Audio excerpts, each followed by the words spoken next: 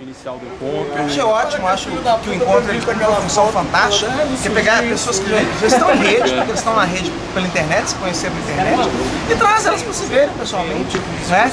E poder articular, porque aquela toda a história, mudança social se faz nas ruas mesmo, nos eventos, né? A internet eu acho que ela tem um grande mérito de aproximar essas pessoas.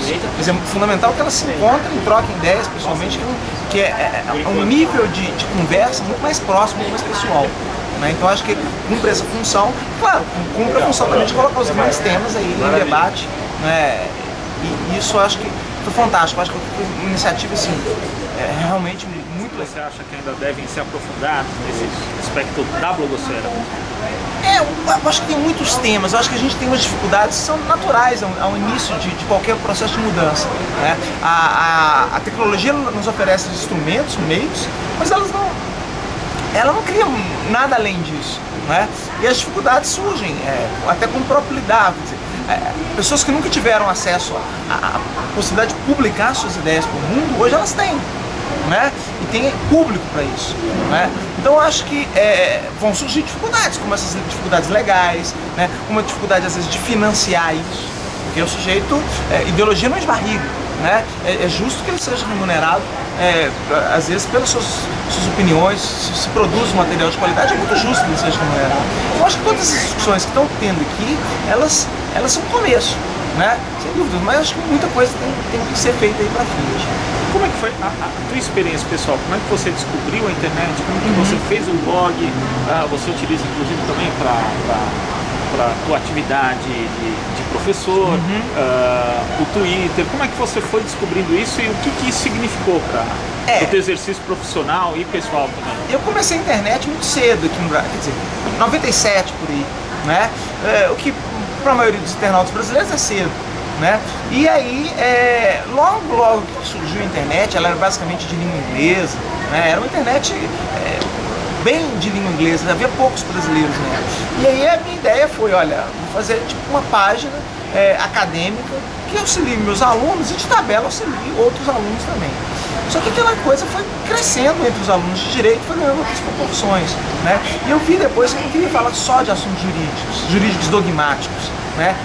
Jurídicos técnicos, né? Mas eu queria tratar de um outro tipo de jurídico que é aquela questão de justiça social, né? Que são questões mais sociológicas, que estão relacionadas ao direito também e que não são tratadas muitas vezes nos cursos de direito. Elas são... E aí eu vi que tinha um público muito mais amplo para esse tipo de questão do que o estudante de direito, que era um público politizado, mas que às vezes tinha sede de informação jurídica, para embasar, às vezes, algumas posições políticas, né? E que foi ganhando uma proporção muito grande. E eu fiz o blog, que inicialmente era uma página, por um blog, comecei a atualizar, né? Houve um tempo que ele ficou parado, uma série de compromissos profissionais, eu escrevi minha tese de doutorado, né? Aí a gente tem que diminuir a militância aí mais para a parte técnica.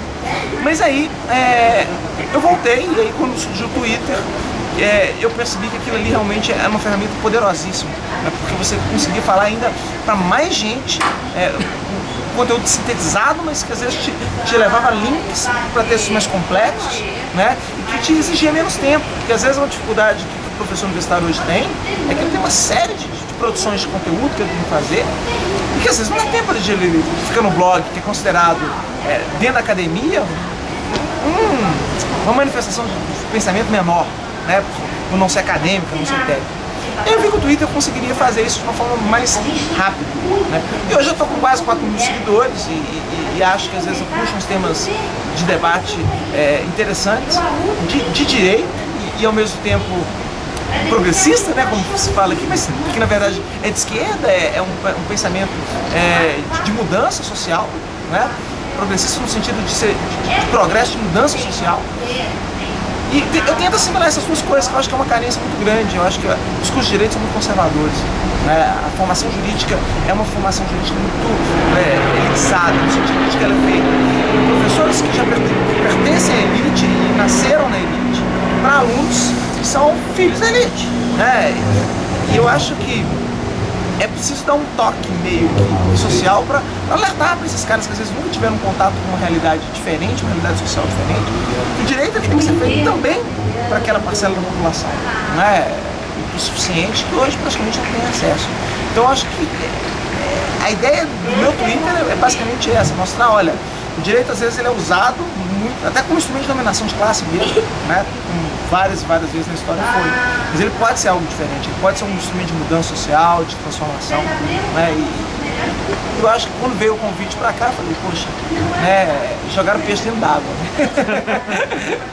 Mas na sua área, especificamente no direito, ainda o pessoal não descobriu muito assim, a blogosfera, a interação pela internet, né? O direito ainda tá para descobrir as novas tecnologias mesmo. É um curso de formação muito humanística, né? Mas é que a parte tecnológica realmente não chega. Né? É um curso conservador em todos os sentidos, né? Desde os prédios clássicos, às vezes, que é onde você tem aula, até a mentalidade dos professores, até a dificuldade, às vezes, de aceitar novas ideias. Então tem né? resistência. Bastante, né? Resistência de não conhecer a tecnologia e não quero aprender, isso não me faz falta. Sempre o conhecimento jurídico se transmitiu por livros, porque agora tem que ser diferente. Esse é o pensamento de muitos, né?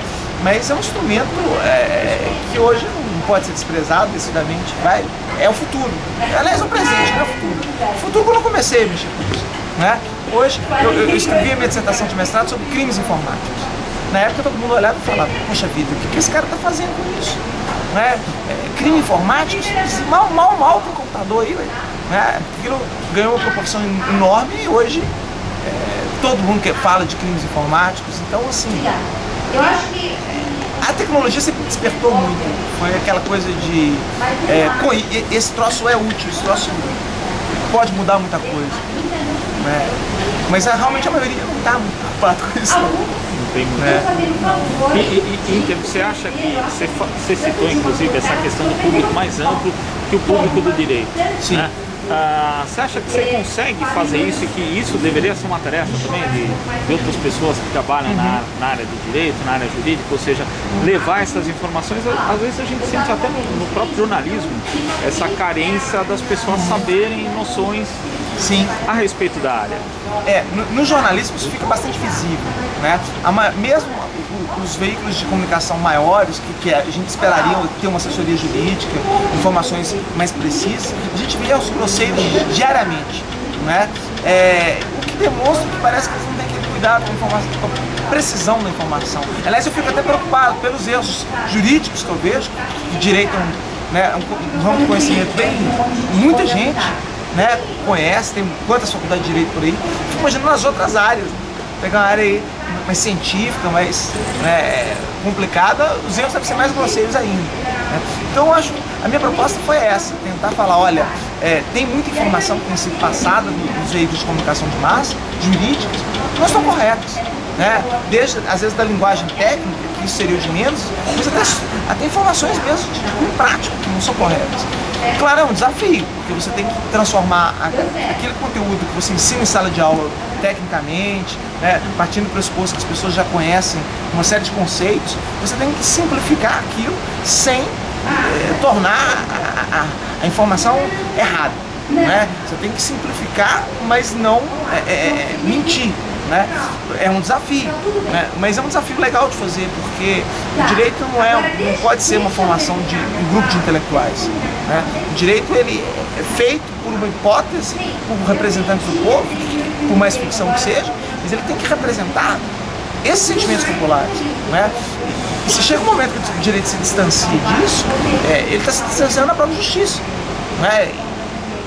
E realmente, hoje, dentro daquilo que a gente poderia elaborar como uma pauta de reivindicações, por exemplo, da blogosfera ou das pessoas que acreditam na internet como um instrumento de democratização da comunicação, quais são os principais pontos, na tua visão, que teriam que ser abordados?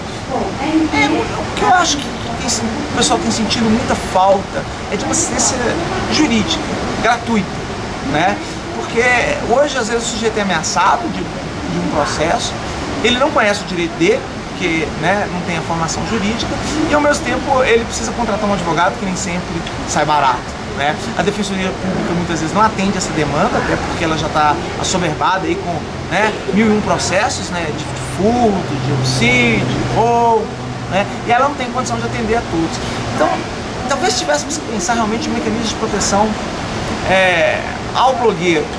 Não sei se diferenciados em relação à defensoria pública, porque não sei até que ponto justificaria isso, né? Até para não ter uma desigualdade.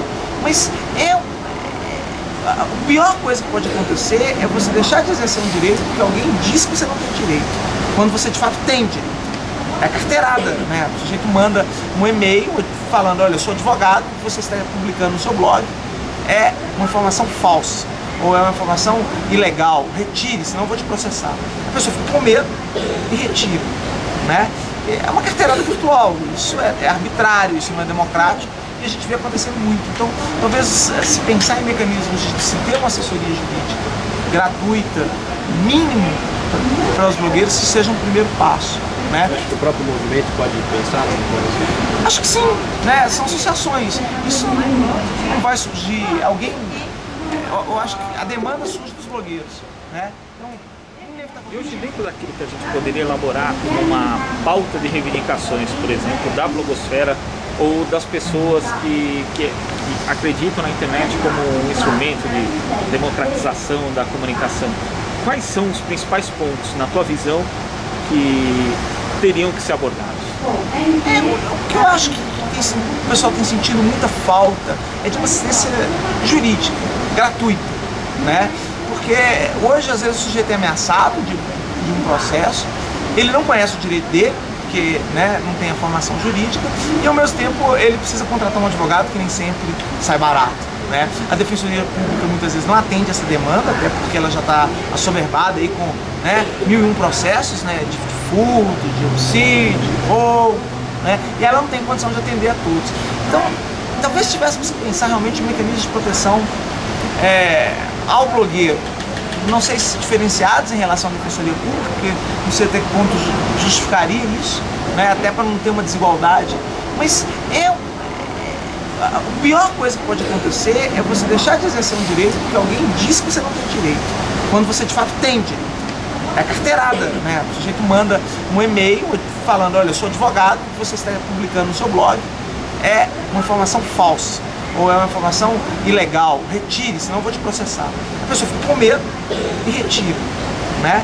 É uma carteirada virtual, isso é arbitrário, isso não é democrático, e a gente vê acontecendo muito. Então, talvez se pensar em mecanismos de se ter uma assessoria jurídica gratuita, mínimo, para os blogueiros, isso seja um primeiro passo, né? Acho que o próprio movimento pode pensar em... Acho que sim, né? São associações. Isso não vai surgir alguém. Eu acho que a demanda surge dos blogueiros, né? Então, inevitavelmente. Então, talvez eu acho que a defesa de uma postura aqui da blogosfera seja até mais ampla, né? Tá por uma defensoria pública que atenda a todos mesmo, não só os blogueiros, mas atenda a população de uma forma geral, né? Porque você perdeu um direito porque você não teve assistência jurídica, isso sinceramente está muito longe de ser democrático.